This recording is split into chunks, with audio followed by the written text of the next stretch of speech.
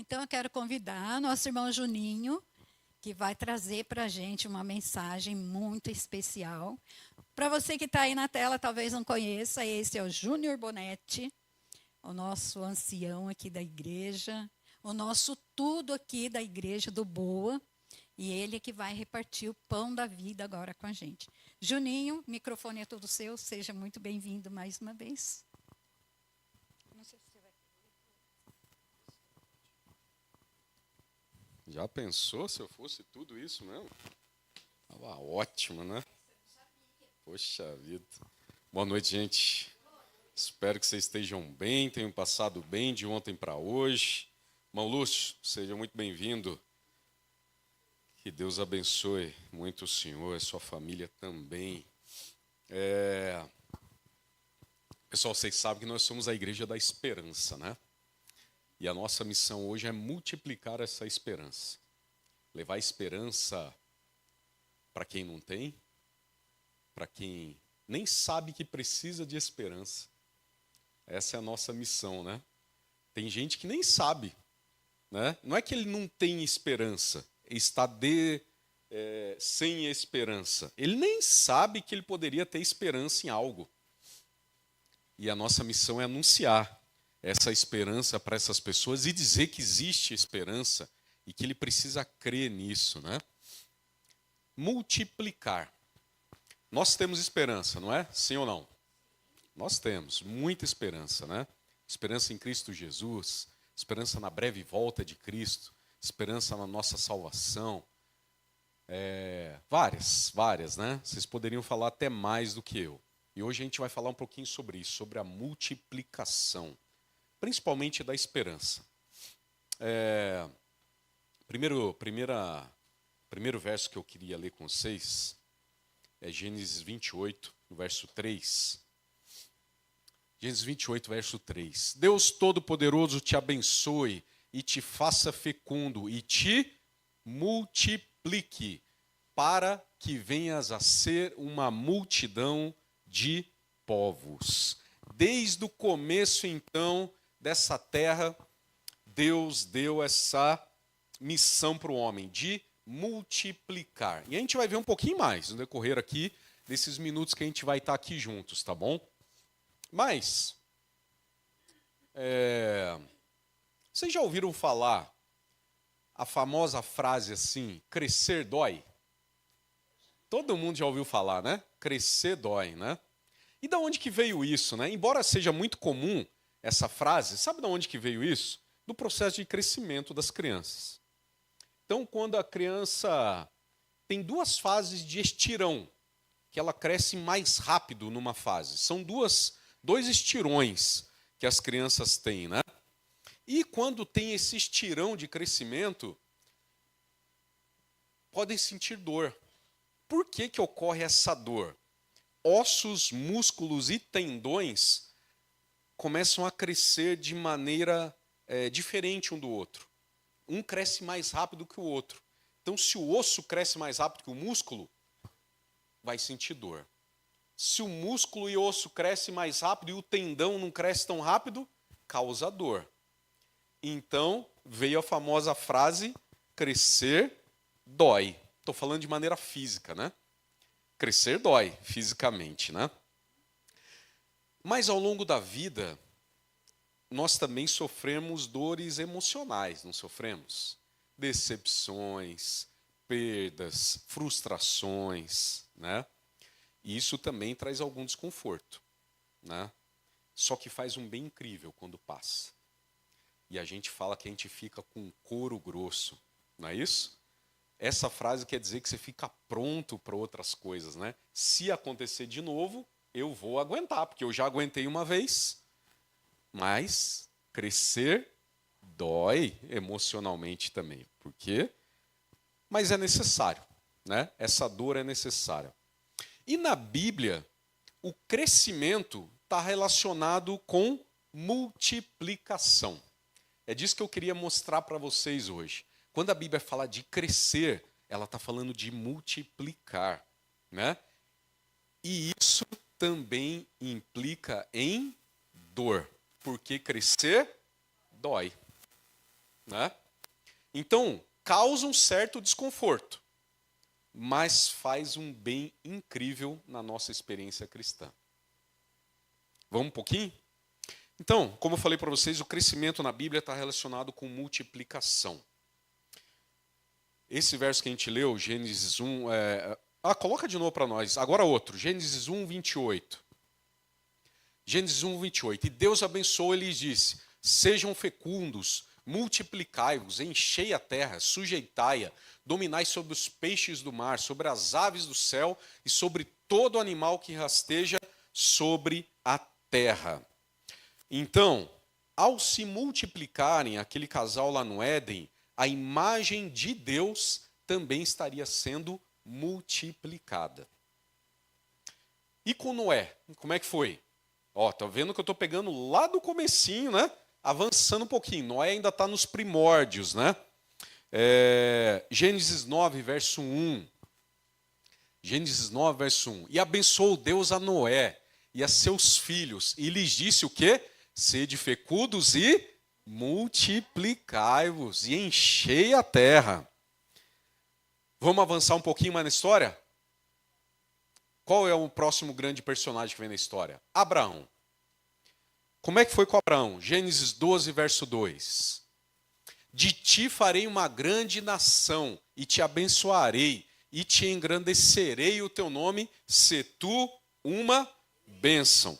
Com Abraão, então, quando Deus o enviou como uma testemunha numa terra estranha, vocês conhecem a história, né? Deus falou para ele: eu vou fazer de você uma grande nação, eu vou te multiplicar, Abraão, né? E eu vou te abençoar, eu vou te tornar famoso, Abraão, e você será uma bênção, mas vai doer. Antes vai doer. Vamos dar um pulo na história? Com os discípulos de Jesus, João 15, verso 5. Eu sou a videira e vocês são os ramos. Quem permanece em mim e eu nele, esse dá muito fruto, porque sem mim nada podeis fazer. É isso, vocês vão dar muito fruto se estiverem em mim, vocês vão multiplicar. Gerar fruto é multiplicar. E com a igreja primitiva, logo depois dos discípulos, Atos 6, verso 7, como é que foi para eles? Crescia a palavra de Deus em Jerusalém. E acontecia o quê? Se multiplicava o número de discípulos. Também muitíssimos sacerdotes obedeciam à fé. Tinham 12 discípulos. E aí, daqui a pouco, um monte. Se multiplicaram, né? Tiveram muito. E quem já era sacerdote também começaram a obedecer. Entraram no caminho também, né? Foi assim que aconteceu na igreja primitiva. E na pregação para os gentios? Logo depois disso, como é que foi? Lá em Colossenses, capítulo 1, 5 e 6. Por causa da esperança que vos está preservada no céu, da qual antes ouviste pela palavra da verdade e do evangelho, que chegou até vós, como também em todo o mundo, está produzindo fruto e está o quê? Crescendo. Tal acontece entre vós, desde o dia que ouviste e entendeste a graça de Deus e da verdade. Então, quando essa mensagem foi para o mundo, ela também se multiplicou, cresceu. A Bíblia, então, meus irmãos, faz um chamado ao crescimento para todos nós, desde os primórdios da terra até com a fundação da igreja de Jesus. Crescer, cresça, multiplica, cresça, multiplica, avance, dê frutos. O tempo todo a Bíblia fala isso. Eu passei aqui, sei lá, mais de meia dúzia de versos com a gente aqui, em alguns minutos, mostrando como é que a Bíblia trata isso, né? É um chamado, então, irmãos, é um chamado para nós. Cristãos e igrejas, pequenos grupos, para serem saudáveis, precisam se multiplicar, claro, pelo poder do Espírito Santo. Não é crescer só por crescer, por ter números. É através do Espírito Santo. Mas, ótimo, Entendemos então que o chamado para nós como igreja é multiplicar, crescer. A igreja precisa crescer. Como é que a gente faz então? E agora? Quais são as condições para alcançarmos a multiplicação? Nós vamos tratar de 3 aspectos, tá bom? Do aspecto espiritual, do aspecto evangelístico e do eclesiástico, que é aqui na igreja, tá bom? Vamos ver primeiro do espiritual? Como é que são as condições? 1 Coríntios 3, verso 7, vai trazer para nós o seguinte, ó. De modo que nem o que planta é alguma coisa, nem o que rega, mas Deus quem dá o crescimento.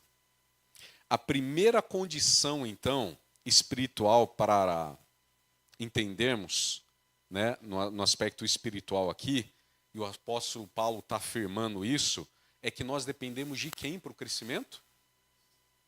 Não é o que planta e nem o que rega. Quem faz crescer é quem? Deus. Então não é o pastor, não é o ancião, não é o líder de ministério. Se não for pelo poder de Deus, não cresce. A igreja não cresce. Então é confiança total em Deus, meus irmãos, para que haja esse crescimento, né? Um cristão que cresce e se multiplica é um cristão que tem fome de Deus, que busca Deus, que quer Deus, que busca a sua palavra e que dá liberdade para o Espírito Santo fazer as transformações na vida dele. É esse o cristão que vai crescer e que vai ajudar no crescimento da igreja, né? As coisas que podem ser geradas dentro de nós por fé são as coisas que vão gerar o crescimento. E nós somos por fora o que nós somos por dentro. É isso que acontece, gente. Tem um estudo na igreja, estudos globais da Agência Adventista, que não é muito animador. Estou falando de adventistas, tá bom? De adventistas. Está falando sobre o estudo da Bíblia. E sabe de onde que tira isso? Quando na escola sabatina a gente responde: quantos estudaram a Bíblia diariamente? 1, 2. Vocês querem saber? Nunca leem a Bíblia. 2% da igreja. 2% nunca leem. Só vem na igreja, né? O que falar aqui para ele é verdade. Ele não lê, não sabe, né? Leem menos de uma vez por semana. 7%. Só que a gente já tem 9% que não usa isso aqui, né?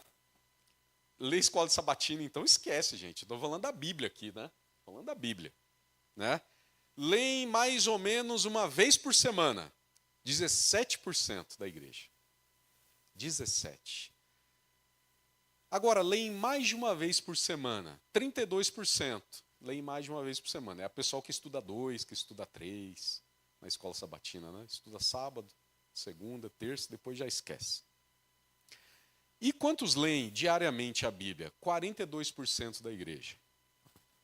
42%. Poderia ser pior, poderia ser pior, né? Mas 42% buscam a Deus diariamente, através da palavra de Deus, né? Não que a gente não possa buscar de alguma forma. Mas lembrem que eu estou falando para vocês, sem crescimento espiritual não pode haver multiplicação. A gente é por fora o que a gente é por dentro. Se Deus está dentro do nosso coração, Ele vai transbordar. Mas se a gente não conhece a Deus, não busca a Deus, como é que vai transbordar? Como é que vai multiplicar? Se você mesmo não está crescendo espiritualmente, né? Nós não estamos crescendo espiritualmente. Então tem algo que precisa mudar, gente. Tem algo que precisa mudar em nós. Lá em 1 Reis 19, capítulo 9, até o 13, tem a história de Elias na caverna. Vamos ler. Vamos ler. Ali entrou numa caverna, onde passou a noite, e eis que lhe veio a palavra do Senhor, e lhe disse: que fazes aqui, Elias? Ele respondeu: tenho sido zeloso pelo Senhor, Deus dos exércitos, porque os filhos de Israel deixaram a tua aliança, derribaram os teus altares e mataram os teus profetas à espada. E eu fiquei só, e procuraram tirar-me a vida. Disse-lhe Deus: sai e põe-te nesse monte perante o Senhor. Eis que passava o Senhor, e um grande e forte vento fendia os montes e despedaçava as penhas diante do Senhor. Porém o Senhor não estava no vento. Depois do vento, um terremoto, mas o Senhor não estava no terremoto. Depois do terremoto, um fogo, mas o Senhor não estava no fogo. E depois do fogo, um cício tranquilo e suave. Ouvindo-o, Elias envolveu o rosto no seu manto e saindo, pôs-se à entrada da caverna. E eis que lhe veio uma voz e lhe disse: que fazes aqui, Elias? Elias dentro da caverna, numa situação depressiva, pedindo a sua morte. Deus o inquiriu aqui, né? Com essa pergunta: o que você está fazendo aí dentro, Elias? Eu te mandei aí por acaso, né?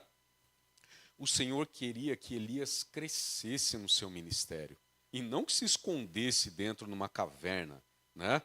Então, meus irmãos, é preciso sair da caverna. Elias precisou sair de lá para crescer e para ver as maravilhas de Deus. E esse é o convite para uma vivência espiritual nossa. Elias precisava ver o quadro de uma maneira diferente. E talvez, meus irmãos, a nossa igreja seja a nossa caverna. E a gente vem aqui e se esconde, porque é seguro, porque é gostoso, né? Mas para a gente crescer, a gente vai ter que pôr o pé lá fora. É lá que a igreja vai crescer. Aqui dentro, não vai crescer, né? Eu vi a história de um pintor e que ele pintou, né? Ele com todo cuidado lá, demorou tempo. Ele pintou a ceia, né? O que a gente chama de a Santa Ceia, a ceia que Jesus fez com os seus discípulos. E ficou lindo o quadro. E ele pendurou o quadro num lugar muito especial, numa galeria, e ele ficou lá, disfarçado, querendo ver qual que era a reação das pessoas quando admirasse aquele quadro que ele achou que ficou tão perfeito, que retratava Jesus, né? E ele ficou ali sentado perto e as pessoas paravam falando: nossa, como é bonita essa pintura, olha esse cálice, que perfeição. E o outro passou e falou: olha essa toalha, né? Que perfeição dessa pintura, né? Parece que essa toalha é de verdade que está ali naquele quadro, né? E aquele pintor ficou decepcionado com o comentário das pessoas. Eles estavam todos admirando os acessórios que ele tinha colocado. Ninguém falou de Cristo. Ele pegou a pintura e rasgou, de tão decepcionado que ele ficou, né? Ele falou: eu pintei esse quadro para que fosse admirada a pessoa de Cristo, mas eu estou vendo que são os acessórios que estão chamando a atenção e não Jesus. E ele queria que Jesus fosse quem ocupasse o primeiro plano, que merecesse toda a atenção. E por que contaram essa história um dia e por que eu me lembro dela? Porque às vezes eu, Juninho, né, talvez vocês também, não vou colocar todos nesse balaio, não. Às vezes a gente dá mais atenção para os acessórios da igreja, sabe? Para as luzes, para o programa, para o almoço. Não que isso seja ruim, isso tudo é muito bom. Mas não é isso, gente, que Deus pede de nós. Vocês entendem? A gente vive em comunidade, nós vamos ter essas coisas. Mas isso não pode ser o principal para nós dentro da igreja. Tem que ser o crescimento, a multiplicação. Não os acessórios, não os brindes, não os equipamentos, né? Não é a mídia, mas sim o evangelismo. Crescer, multiplicar. Vamos tomar cuidado com os acessórios, então, para ver se isso não está tomando a maior parte do nosso tempo. Eu estou falando que isso é importante, que a gente precisa se dedicar, né, na convivência em comunidade, nas festinhas, nos encontros. Mas se isso estiver tomando tempo que a gente deveria dedicar na multiplicação, se a gente estiver fazendo isso em detrimento da multiplicação, a gente está errando. Estamos errando o alvo. Estamos errando o alvo, fazendo algo pensando que é bom, só que está tomando o tempo de algo que é mais importante. Vamos para o aspecto evangelístico, então? Romanos capítulo 10, no verso 14. Como, porém, invocarão aquele em quem não creram? E como crerão naquele de quem nada ouviram? E como ouvirão se não há quem pregue? Passa mais um para nós. E como pregarão se não forem enviados? Como está escrito, quão formosos são os pés dos que anunciam as coisas boas. Meus irmãos, sem evangelismo nunca haverá crescimento. Um cristão, né, um grupo de cristãos e, consequentemente, uma igreja que não evangeliza é uma igreja que perdeu o seu propósito. Vocês concordam com isso? Eu concordo muito, meus irmãos. Concordo muito. E uma igreja que não evangeliza e que perdeu o seu propósito, ela está em processo de extinção.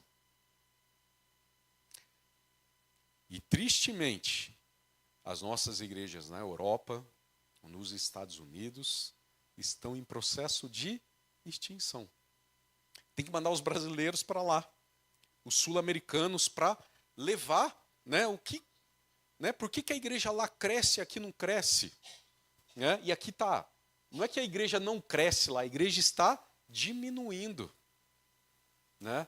A gente não pode deixar isso acontecer aqui de jeito nenhum, gente. Por que isso aconteceu lá? Pararam de evangelizar. Dar um folhetinho, Josa, se tornou obsoleto para eles. Com tanta mídia, com tanta tecnologia, entregar um livro, para eles perdeu o sentido.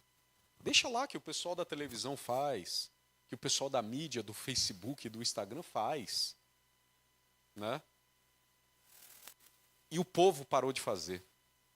E o povo parou de fazer. E a igreja, como a Luz falou, está falindo.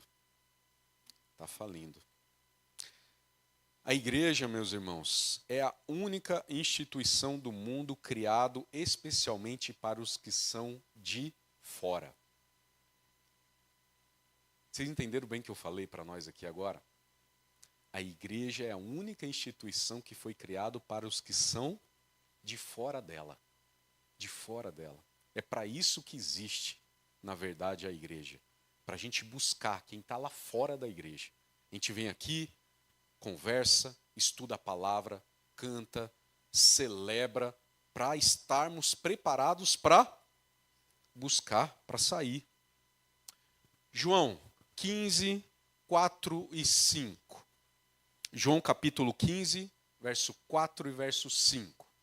Permanecei em mim e eu permanecerei em vós. Como não pode o ramo produzir fruto de si mesmo, se não permanecer na videira, assim nem vós o podeis dar, se não permanecerdes em mim. Eu sou a videira e vós os ramos. Quem permanece em mim e eu nele, esse dá muito fruto, porque sem mim nada podeis fazer.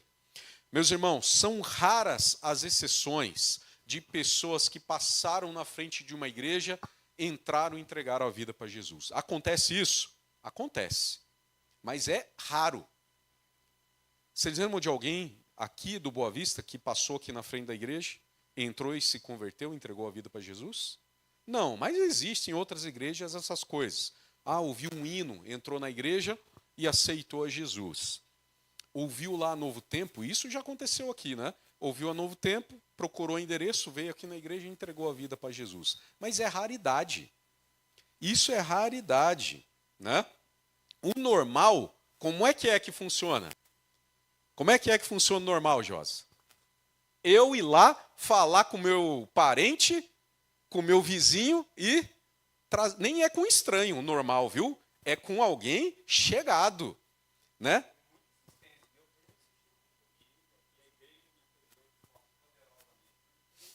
Pois é, tá aí, ó. O Josi com o testemunho dele. Ele é um desse. O normal, gente, é a gente sair e chamar as pessoas, convidar, ó, Jesus, tem esperança, tem a vida eterna. É assim que é o evangelismo. Apresentar Jesus para as pessoas. Esse é o normal, gente. Da outra maneira, através do Instagram acontece? Acontece, mas é raro. Isso aí estabelece a nossa igreja, marca a presença e leva uma mensagem boa para quem está passando nas redes sociais. Mas não é isso. Nunca foi isso. Né? E nunca vai ser isso. Nunca vai ser a Novo Tempo, gente. Não vamos deixar na conta da Novo Tempo fazer esse trabalho. Esse trabalho é meu. Pois é. O que a Novo Tempo faz é o seguinte, é mandar lá, ó, tem aqui uma pessoa lá do Boa Vista que pediu material. Vai lá, vê ela, não é isso? É isso que a Novo Tempo faz. De vez em quando vem, ó, tem alguém aqui da Vila Paiva que pediu uma revista. Vai lá visitar ela, porque ela tem algum interesse. Parou por aí o trabalho da Novo Tempo. Não vamos deixar na conta deles fazer o que a gente tem que fazer. Então, meus irmãos, a questão que nós precisamos romper com alguns mitos do evangelismo. Primeiro mito, evangelismo é para alcançar estranhos. Nunca foi, nunca vai ser. É verdade que a gente pode alcançar pessoas estranhas, mas a maioria das pessoas que são alcançadas são os nossos amigos, parentes e vizinhos. O evangelismo, então, é para esses aí, viu, gente? Então, quando vamos convidar o povo para vir numa sede de conferência, é desse grupo que a gente está falando. Um estranho é muito difícil aceitar um convite seu, ele nem te conhece. Né? Segundo mito, a maioria das pessoas são alcançadas por pregadores profissionais. Ou a gente pode categorizar aqui os evangelistas da igreja. Luiz Gonçalves, Antônio Gonçalves, Rafael Rossi, quem mais? Tem mais alguns, né? Que são famosos aí. Bulhon, né? É isso aí. Ele é uma máquina colhedora, Josa. Porque quando ele vem, a colheita é grande. Mas alguém tem que ter semeado antes. Alguém tem que ter semeado, senão não tem colheita. Ele é muito bom na colheita. Né? Sabe aquelas máquinas colheitadeira que a gente vê passando no Globo Rural, colhendo aquele negócio? Aquilo é evangelista. Mas alguém semeou o campo antes. Regou a planta. Né? Então não é verdade, gente. A maioria das pessoas são alcançadas por membros da igreja. Eu vou chamar de membros comum, tá bom? Só para eu diferenciar do evangelista aqui. Por nós. Por nós que estamos aqui. É isso. Outro mito. Evangelismo significa um grande auditório, música excepcional, com arautos do rei, com cantores conhecidos da igreja. Não é isso? Não é. Isso é um mito também, gente. Embora as campanhas evangelísticas, nós temos 4 estações de evangelismo no ano, sejam importantíssimas, porque dão um avanço, elas em si mesmas não são evangelismo. São estações de colheita. Estações de colheita. Outro mito. Evangelismo é um evento programado no calendário. É outro mito, gente. Não é também. Evangelismo não se resume ao momento, mas é a nossa vida. Né? É a nossa vida. É o estudo bíblico, é o pequeno grupo, é a igreja do Caetê. Né? Isso é evangelismo. Você levar um verso para alguém e visitar alguém doente, levar uma cesta da asa. Né? Isso é evangelismo. e a gente deixa esses mitos tomar conta da gente, né? A gente vive esses mitos. Eu estou falando por mim, tá bom? Eu deixo esses mitos me guiar no aspecto do evangelismo, né? E deixo por conta dos eventos do calendário. Não é que eu não faça nada em outras horas. Não, daí eu estou preocupado com a igreja, com os acessórios da igreja. Está errado. Está errado. Eu estou errado, né? E talvez nós todos estejamos errados juntos aqui com relação a isso, e a gente precisa começar a mudar. Esse era o aspecto evangelístico. E o eclesiástico? Quando eu falo eclesiástico, gente, estou falando da nossa convivência aqui da igreja, né? 1 Coríntios 1, verso 10. Rogo-vos, irmãos, pelo nome de nosso Senhor Jesus Cristo, que faleis todos a mesma coisa, e que não haja entre vós divisões. Antes, sejais inteiramente unidos, na mesma disposição mental e no mesmo parecer. Paulo aqui está falando, eu estou rogando para vocês, eu estou pedindo, eu estou implorando que vocês se unam, mesmo sendo pessoas tão diferentes. Se unam na maneira de fazer, no mesmo pensamento, no mesmo entendimento e na mesma missão. Não puxa cada um para um lado, não, né? Deem um jeito de se unir para que seja forte o trabalho. Para que seja forte o trabalho. Por isso, gente, que o nosso empenho da nossa igreja, do pastor, em insistir que o nosso distrito seja unido, precisa continuar. Se cada igreja aqui navegar sozinha, pode fazer um trabalho. Mas se a gente trabalhar como distrito, gente, nós somos um exército. O trabalho vai ser muito mais eficiente. Então a gente tem que brigar, sim, por isso. E se indispor, às vezes, com um ou com o outro aí, para que esse distrito seja unido, né? Tem que ser uma família. Unidade, então, meus irmãos, não é simplesmente juntar pessoas. Ellen White falou um pouquinho disso. Eu vou ler aqui para vocês, para ser as palavras dela, as palavras do Espírito Santo. Para conduzir com êxito a obra a qual haviam sido chamados, esses homens, diferindo em características naturais e em hábitos de vida, necessitavam chegar à unidade de sentimento, de pensamento e de ação. Essa unidade em Cristo tinha por objetivo conseguir alcançar almas.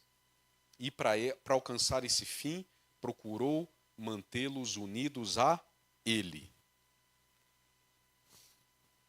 Nós somos diferentes de maneira natural e em hábitos de vida. Como é que a gente consegue se unir, então? Se essas diferenças são tão grandes, é através de Cristo. Através de Cristo. Nós amamos a Cristo. Obedecemos a Cristo.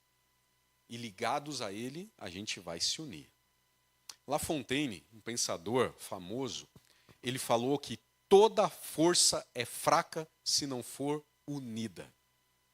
Não adianta nada uma igreja central ser muito forte se não for unido com as outras igrejas, se a gente não se unir com eles. Ou a igreja de Santana, Alto Santana, Freitas e Monteiro Lobato. Ou aqui dentro da igreja. Nossa, tem alguém aqui que é forte.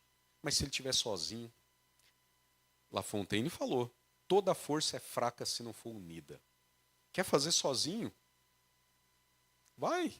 O trabalho vai ser michuruca. Essa é a verdade, gente. Né? Se eu for sozinho, não, mas tem condições, ali, o pessoal ali tem dinheiro, né? Consegue fazer, consegue atrair pessoas. Vai ser fraco se não for unido. Vai ser fraco.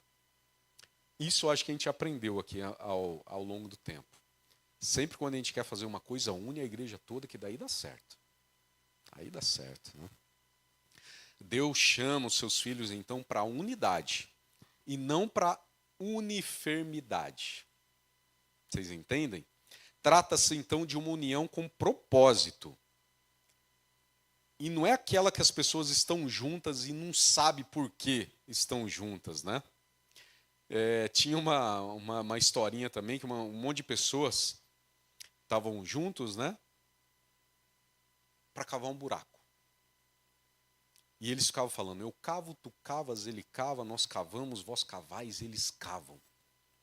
Muito bonito. Né? Parecia ser profundo, mas eles nem sabiam porque eles estavam lá. Só porque eles estavam falando, eu cavo, você cava, ele cava. Não tinha propósito nenhum. Alguém inventou de cavar esse buraco, todo mundo começou a repetir isso. E não levou a lugar nenhum. Cavar um buraco. Sem unidade no corpo, então, meus irmãos, o foco se perde e a obra de Deus é prejudicada, não tem crescimento. Lembra que nós estamos falando de crescimento, né? Sem a união da igreja, então, não há crescimento. Salmo 133 é conhecido como Salmo da unidade. E ele nos dá o lado positivo da unidade, né? No versículo 1, Davi diz que a unidade é boa. Isso. Ó, como é bom e agradável viverem unidos os irmãos. Davi traz aqui que a unidade é boa e é agradável, é bom estar junto, é agradável estar junto, né? E essa palavra no hebraico, essa palavra aqui, é bom que os irmãos estejam unidos, é a mesma palavra para harmonia de uma música. Sabe como uma música harmoniosa, que é gostoso de ouvir aquela harmonia, e fala, opa, que gostoso, acertaram ali, né? Não desafinaram. É a mesma raiz, harmonia musical, né? E no verso 2 e no verso 3 ali, ó, continua falando dessa união. É como óleo precioso sobre a cabeça, o qual desce para a barba de Arão, e desce para a gola das suas vestes. É como orvalho de Hermon, que desce sobre os montes de Sião. Ali ordena o Senhor a sua bênção e a vida para sempre. Bonito o jeito que Davi descreveu, né? A união dos irmãos. Esse óleo, né? Quando Arão, sumo sacerdote, né? Se ungia ali, era um perfume, na verdade, né? Derramava sobre a cabeça e perfumava o corpo inteiro. É isso que ele estava falando ali. É um negócio assim que é a união dos irmãos. É como orvalho, né? É isso, né? E é desse modo que tem que ser a nossa comunhão com o povo de Deus, né? Quando os cristãos convivem juntos em unidade, que suave fragrância é.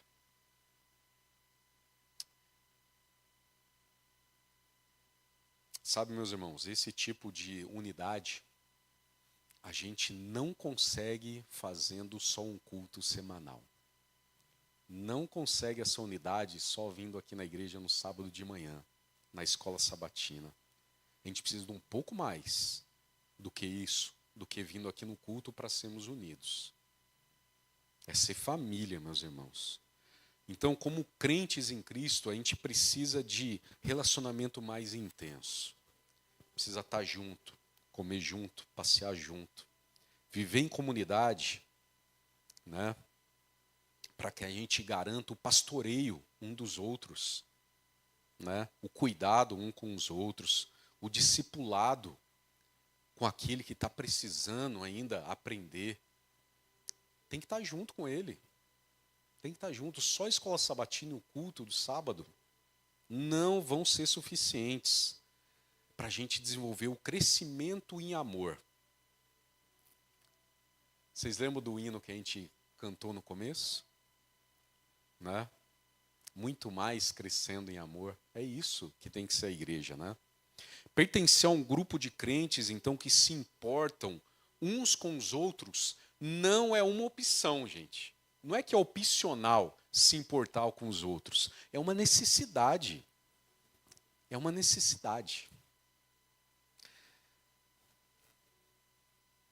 Já passou da hora de terminar. Eu queria terminar dizendo para vocês, então, que a teologia da multiplicação é um fato. Ela existe e permeia a Bíblia toda, né? E Deus almeja ver essa realidade da multiplicação acontecendo em todos os níveis da igreja. Departamento infantil é um departamento lindo para multiplicar. Pessoas vêm para a igreja porque o filho gosta da igreja. Olha que estratégia de evangelismo bacana, né? Agradar o filho, e o pai fica feliz e vem para a igreja e aceita Jesus. Quando eu falo de todos os níveis, é isso. Tudo ser pensado para evangelismo, para multiplicar, para alcançar mais pessoas. E Deus espera que a gente alcance essa experiência da multiplicação, né? E Deus espera que a gente venha aqui para a igreja para celebrar a abertura de novos pequenos grupos, ou de pessoas que se batizam através dos pequenos grupos, né? Isso é comunhão. Deus espera que a gente cresça em unidade. Isso é relacionamento, né? E Deus espera que a gente cresça em evangelismo. Isso é a missão que Ele nos dá. Então, eu convido a todos nós que, pela graça de Deus, a gente se una para multiplicar discípulos para o reino de Deus.